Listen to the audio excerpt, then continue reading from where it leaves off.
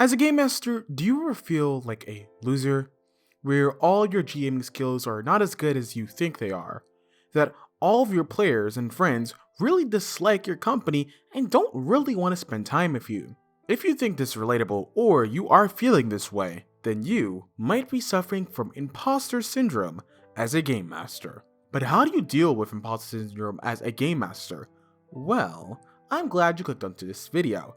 Today, I'll be discussing answering that very question. How do we deal with imposter syndrome as a game master? But before we can answer that question, we need to identify clearly what is imposter syndrome. Side note, if you want to skip the definition of imposter syndrome and explaining what might that look like for a game master in D&D or TTRPGs, then skip to here for my personal tips.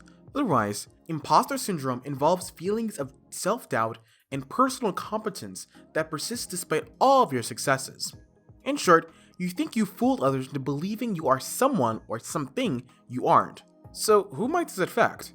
Well, it can affect everyone and anyone. For instance, marginalized groups in college to the workforce might feel imposter syndrome. Folks embarking on new journeys or something that they've never done before might experience imposter syndrome. People facing new challenges or folks who are perfectionists might also be dealing with imposter syndrome. And this can also develop in a number of different ways, from parenting, childhood environment, personality traits, one's mental health, and even new responsibilities.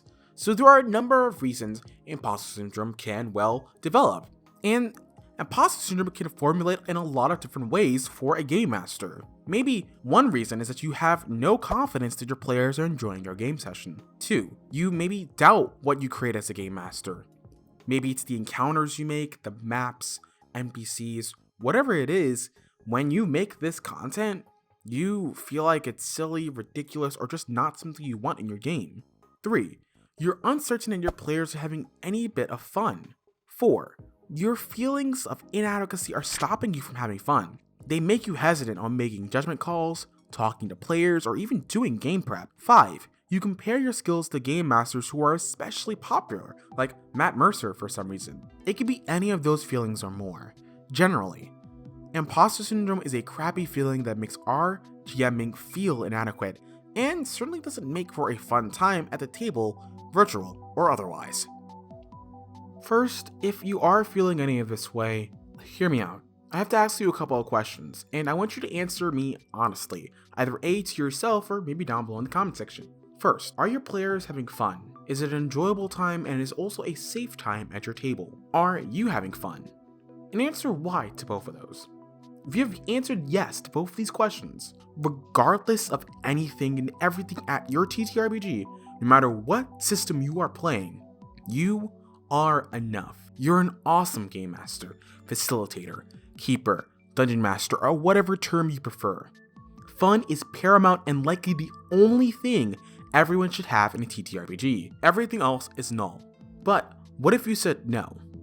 What if you aren't having fun or if you don't feel comfortable? Those reasons I can't inherently answer, but I can think of a couple of reasons why you might not be. Maybe you and the players have a disagreement on something that you are strongly against or for. Is the game going somewhere way that you didn't want it to go? Maybe you wanted a dungeon crawling, resource management based TTRPG, and the sessions transitioned into a seafaring pirate game somehow. Is there a lack of communication between you and the players that is making your GMing difficult? Maybe there are discrepancies and you don't know if you can address them or not to the players. I could go on and on, but the reasons you are not having fun can be endless, and the only person that can determine that is you. So does that mean that you're not allowed to have fun and that you are a worthless GM and you should just get out the hobby? No, absolutely not. You aren't worthless or unpleasant simply because you have gripes or issues at your table. You are a human being like the rest of us. You're allowed to be uncomfortable or unpleasant and should be able to share those feelings and experiences, especially amongst people who are most likely your friends, family, or loved ones. However, if you want to deal with the unfun elephant in the room, you have to communicate with your players. Tell them how you feel and what are causing those frustrations. In summary, tell them about your imposter syndrome. If not them, someone else.